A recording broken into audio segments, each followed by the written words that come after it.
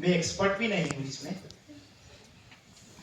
लेकिन जो हमने इसमें परिचय दिया है उस पर हम थोड़ा प्रैक्टिस कर रहे हैं, थोड़ा 5% इस पर थोड़ा प्रैक्टिस कर रहे हैं गाँव में। उसके बारे में थोड़ी मैं बात रखूंगा। मैं मेरी बात रख रहा हूँ इसलिए बहुत बड़ा हो गया ऐसा गर्व मुझे नहीं है, लेकिन थोड़ा थोड़ा छोटा छोटा हम गांव में प्रैक्टिस कर रहे हैं। क्योंकि इस देश में, जिस देश में संविधान बना और सबसे ज्यादा जिसको सिक्योर किया गया, सेफ्टी मिली है, संवैधानिक सेफ्टी को बोलो या अपने हकों के बारे में इतनी सेफ्टी भी किसी को नहीं मिलती। वो समुदाय आजादी के इतने सालों के बाद फिर से पॉलिसी बनाने के लिए बैठा है। सबसे ज्यादा सेफ्टी मिली है, संवैधानिक सेफ्टी, किसी भी प्रकार की जमीन की हो, कोई भी सेफ्टी। तो क्यों बैठा है, क्यों बैठना पड़ रहा है हमको, ये मुख्य। कौन हमें रोक रहा है, या कौन हमें मार रहा है, या कौन हमें विस्थापित कर रहा है, या कौन हमारी जमीन ले रहा है, ये बिंदु हमारे मगज में नहीं आना चाहिए जब हम पॉलिसी बनाते हैं। जैसे झारखंड है या कोई तहसील है, उसके आजू बाजू 100 गांव आदिवासी, छोटा सा तहसील है, लेकिन उसमें बैठा हुआ 3 मारवाड़ी आपका पूरा 100 गांव को चला रहे। आप क्या खाएंगे, आप खेत में क्या बोएंगे, आप खेत में कौन सा खाद डालेंगे, आपकी आर्थिक नीति वो डिसाइड करेंगे, किसको टिकट चाहिए वो डिसाइड करेंगे। तो ये है क्या,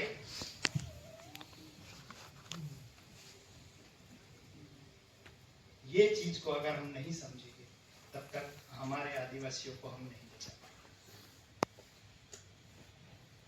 ये लोग हमारी पॉलिसी कैसे बनाते हैं, तो इस चीज को हमें आइडेंटिफाई करना है। मेरे 5-5 मिनट दिया है, ज्यादा लंबी बात नहीं करूंगा। उसको पूंजीवाद बोला जाता है, और इसी चीज ने हमको खत्म किया है। हम जब तक उन लोगों को मजबूत करते रहेंगे, हमें ये लोग ऐसे ही मारते रहेंगे। हम रोड बनाने की बात करेंगे, कौन मजबूत होता है? हम सब्सिडी लेने के बात करेंगे, कौन मजबूत होता है? तो हम जो भी मांगते हैं इन सरकारों के पास, तो मजबूत वो होते हैं और हमको मारते हैं। जब तक इन चीजों को हम उनको कमजोर नहीं करेंगे, तब तक हमारी यही हालत होने वाली है। और इसीलिए ये पॉलिसी में हमको ये बात को ध्यान रखना चाहिए। मैं गायनेकोलॉजिस्ट बना 2002 में, 5 साल मैंने सरकारी में काम किया, फिर मैं प्राइवेट प्रैक्टिस किया। एक दिन मैंने 2, 3, 4 लाख कमा लेता था। दिन की बात कर रहा हूं। लेकिन जब समझा, इन बुजुर्गों के हाथों समझा कि मेरा समाज क्यों खत्म हो रहा है,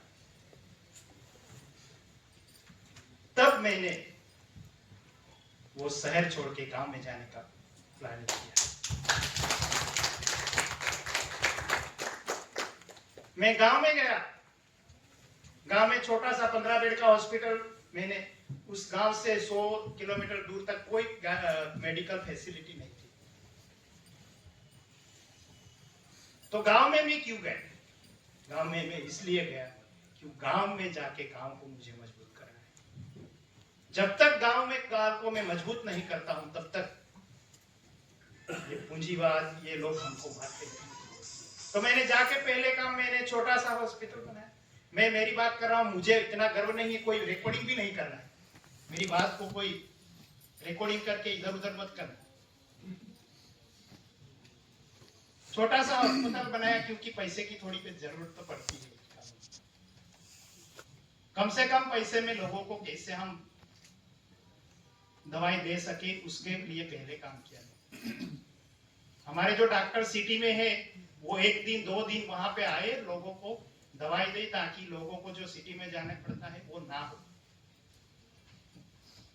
और हमारे में जो सिकल सेल की बीमारी है, आप लोगों के यहाँ भी है, सिकल सेल बहुत बड़ी प्रॉब्लम है, आनुवंशिक बीमारी, उसके ऊपर हमने पहले काम किया, कैंप लगाया, किसको सिकल सेल डिसीज है, किसको ट्रेट है, उनको ढूंढा। और आज करीबन 15 सालों से, कल ही हमारी ओपीडी लगेगी सिकल सेल की, हम 15 सालों से सिकल सेल के पेशेंट के कैसे भी मैनेज करके, पैसे मैनेज करके फ्री में, मुफ्त में उनको दवाई दे रहे उस इलाके में। उसके बाद हमने देखा कि हमारे लोगों के पास बैठने की जगह नहीं, तो छोटी सी बैठने की जगह पहले प्लानिंग की। और उसके बाद मैंने गांव में थोड़ा प्रैक्टिस करना चालू किया कि गांव को स्वावलंबी होना चाहिए। तो मैंने सोचा कि बच्चों को पहले पढ़ाना हम शुरू करें। तो गांव के जो बच्चे हैं जो स्कूल में पढ़ते हैं, वो 10:30 बजे स्कूल में जाते हैं, तो उसके पहले 2 घंटे हम उनको पढ़ाते हैं। ये प्रैक्टिस मेरी 15 साल से चालू है पिछले। तो जो बच्चे हमारी लैंग्वेज बोलने में शर्माते थे, हमारे गाने गाते में शर्म आती थी, वो बच्चे आज बिरसा मुंडा के गाने गा रहे हैं, हमारी भाषा में, हमारी लैंग्वेज में बोलने लगे, हमारे कल्चर को फॉलो कर रहे। जो लोग हमारे जो रिवाज होते हैं उसमें ब्राह्मण को बुलाते थे, वो अपने पुजारी के द्वारा ही विधि करवाते। उसके बाद हमने महिलाओं को तैयार किया। महिलाओं को वो बोला कि आप इतना सारा खर्चा करते हैं, जो भी पैसा कमाते हैं वो खर्चे में चले जाते हैं, तो उसको दिन के 10 रुपये के हिसाब से महीने के 300 रुपये। मैंने 3 साल तक किसी को पैसे नहीं मांगने का, तो मेरे पास 8-9 लाख रुपये इकट्ठा हुए। उसमें से हमने घर में जो भी जरूरत की चीजें है, तेल मसाला, जो भी चीज हम बाजार से खरीदते वो बाजार में ना जाए, खुद बनाए। तो वो चीज हमने की। युवाओं को तैयार किया। युवाओं ने जो हमारी जो त्योहार भी भूल गए थे, सुधार के नाम पे हमारे यहाँ त्योहार भी भूल गए थे, होली, तो ये युवाओं ने काम शुरू कर दिया। जो बुजुर्ग बचे थे वो हम क्यों रह जाए, सब काम कर रहे, तो हमें भी उसमें जाना है, तो वो भी चालू हो गए कि हम भी 50-50 रुपये इकट्ठा करेंगे। और जिसके यहाँ डेथ होती है वहां इमरजेंसी में पैसा नहीं होता है, तो तुरंत 5,000 रुपया दे देते हैं, उसका काम बन जाता है। कोई बीमार हुआ तो उसको जाने के लिए गाड़ी नहीं मिलती है, तो उसको गाड़ी का भाड़ा दे देते हैं। तो पूरी प्रैक्टिस हमारे गांव से शुरू होती है। मैं इसलिए ये अपनी बातें नहीं कह रहा हूं, लेकिन जब तक गांव को स्वावलंबी नहीं करेंगे, हम बाजार पे डिपेंड रहेंगे।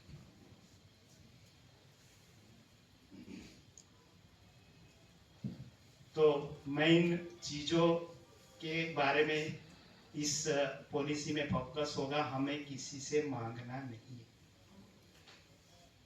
हम सरकार से भी नहीं मांगेंगे। उसको देना है तो दे, लेकिन हम इस देश में करीब करीब 15 से 16 करोड़ है, क्यों नहीं जी सकते? हमारे पास है, हमारे पास अधिकार है, हमारे रिसोर्स की हम कोई लोग ग्राम सभा में जाते ही नहीं। जाते हैं क्या? ग्राम सभा में क्या होता है? अभी एक ग्राम सभा गुजरात में सभी गांवों में ग्राम सभा लगाई, जो बिरसा मुंडा जयंती थी, सरकार ने डिक्लेयर कर दी कि हम बिरसा मुंडा को आगे लाने के लिए, लेकिन उसके नीचे एक उसमें वाक्य लिख दिया कि हम जो कॉरिडोर बन रहे हैं उसमें हम सब मान्यता दे रहे हैं।